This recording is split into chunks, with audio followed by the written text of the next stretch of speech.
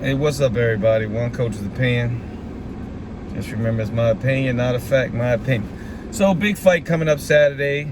Deontay Wilder, Tyson Fury. And it's a lot of talk going around. And we got to figure out how Wilder's going to come in. New trainer. A lot of new things going on. So, let's start with that now. In my opinion, and I'll give credit to Sugar Hill, I think Tyson Fury left his trainer, went to some other trainers. I think somebody watched him and asked him, "Why do you punch like that? Like, why aren't you putting any weight on this right hand? You know what I'm saying? You're fighting like you weigh 135 or 147 when you could be actually sitting on your punches and stop slapping and getting out of there," which was been working for him, and it was his style. But somebody corrected that, and even in the last fight when he was claiming he was going to knock Deontay Wilder out, I would say I didn't believe it. So I know Deontay Wilder didn't believe it. He even told me, "Man, you just saying that." Then he kind of called the rounds too, so and he was close to that, if not right on target. But maybe he found something new. Maybe the gloves are fucked up. Whatever you want to go with. It's the third fight. All that's behind. I'm sure they're going to check everything now. But it seems like after the first fight, Tyson Fury made an adjustment. You know what I'm saying? Maybe, I don't know what. To me, Tyson Fury pretty much dominated the first fight. It was always, can Deontay catch me? Deontay caught him like twice. But other than that, Tyson really dictated. Then Tyson definitely dictated the second fight. So now everybody wants to know what's going on with Deontay Wilder, and is Malik Scott going to make this big difference?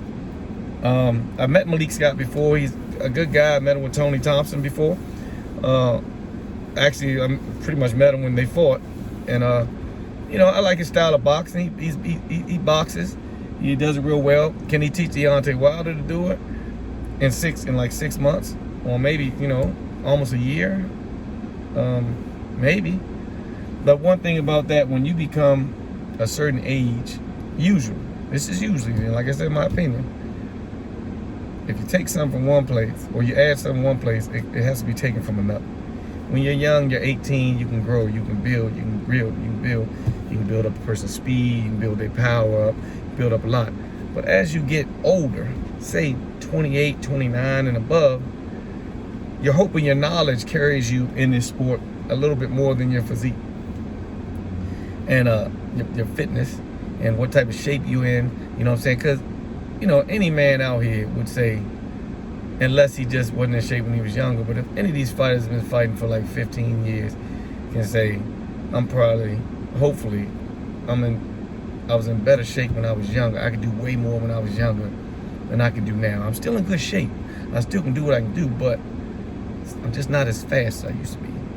And to me, Brother Nazim said it before I heard him. He said, difference between Roy Jones and Bernard Hopkins is Bernard learned how to defend himself. He learned how to fight in the fight game. Roy relied on skills, being faster than everybody and being more skillful than everybody. Then when he started running into people, to me, I think when he took his little, I'm going to start picking the guys that want to fight break, and then he really started fighting the guys that they wanted to fight, I think that kind of messed his career up, to me, in my opinion. I think if he was fighting some more solid guys, he would have stayed on point. When it gets to the point you can tell people, I can play a whole basketball game and fight this guy, anybody in boxing knows that it's because this guy isn't a worthy opponent. Because you're not going to go in there with anybody equal after a full basketball game. So when you start doing stuff like that, I think that puts a little bit of salt on your career. But back to what we was talking about. Deontay Wilder, to me, just missing the jab. Missing the jab and how to utilize the jab. So just teaching him the jab is not going to help. You got to teach him how to use that jab. You got to teach him how to set that right hand up instead of kind of, well, in his way, he was setting it up, but it just wasn't like people wanted. I believe Deontay Wilder went extremely far with the skill set. A skill set, I'm just going to put you to sleep. He was knocking out guys like Mike Tyson. The difference was Mike Tyson probably had more boxing skills than Deontay Wilder. But hats off to Deontay Wilder for making your career work, finding out what you were good at, capitalize on that, taking care of your family, becoming a multi-millionaire, doing what you had to do with your limited experience. And the funny part is you usually wouldn't say nothing like that about an Olympian. He was an Olympian, actually a medal Olympian, and got far just by, I've been clipping people all my life. That's what I do. I clip people. So really the clipping people is a skill. It's not just what everybody look. You know, he made it look ugly, but at the end of the night, he did what he had to do. And I got to give him a hat. So Malik got him moving. He got him trying to set stuff up. We've never seen him use this, but is this going to work?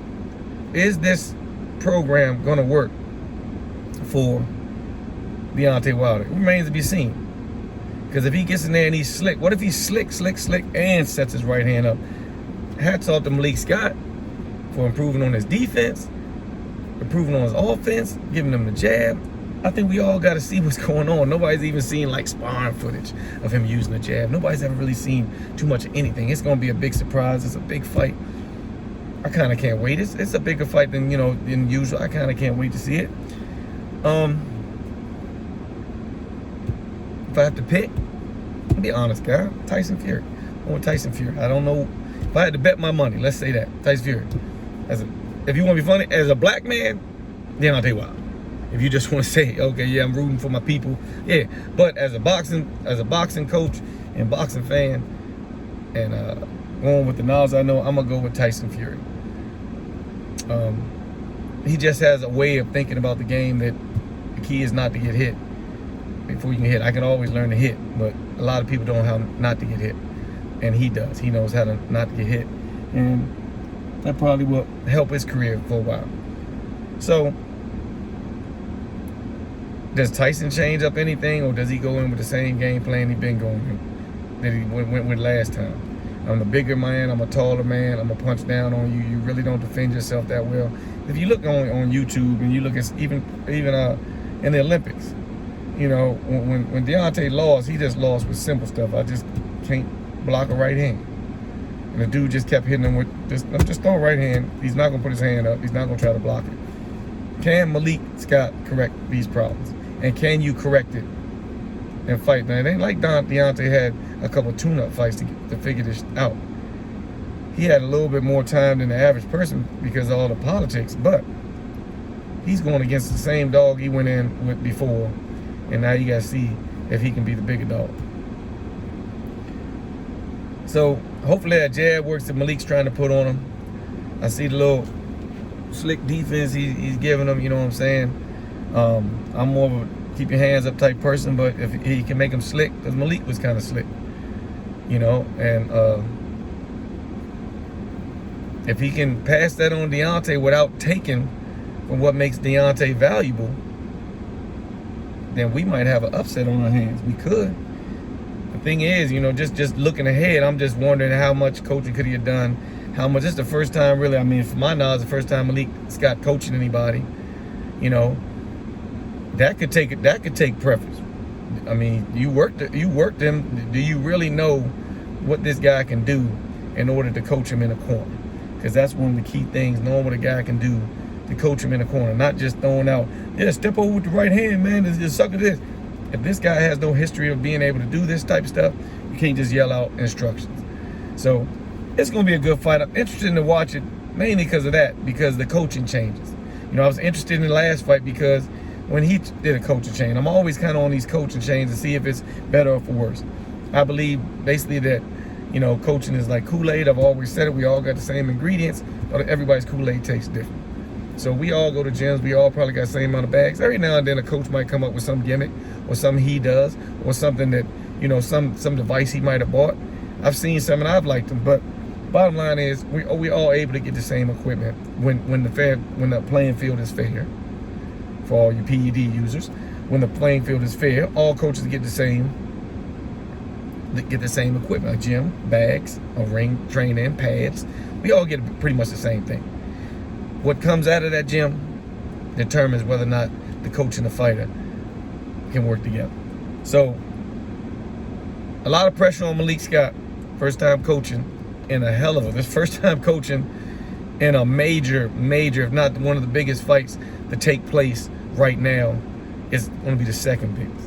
Still got to give Canelo his respect for being the top dog right now. But with these two matchups, you know, when Canelo fights somebody of his equal, no disrespect to Caleb Plant, because I think Caleb Plant could have the skills to do something maybe, but this ain't that fight. You know what I'm saying? This is a different fight right now. Then next we get that fight. You know what I'm saying? There's two good fights coming up, and there's some fights in between. You know, Shakur Stevenson, Jamel Herring, a lot of good fights in between. But one coach opinion, that's all I want to say. What do you think about the fight? Do you think Malik Scott is going to be able to coach and turn Deontay Wilder into the fighter that everybody wanted? You know what I'm saying? Or do you think he just picked him because it's, you know, he still can run the show? You know, I got a guy, he wants to make the money. He still can run the show. You know what I'm saying? I can say what I need him to do. It could be like that. We never know, man.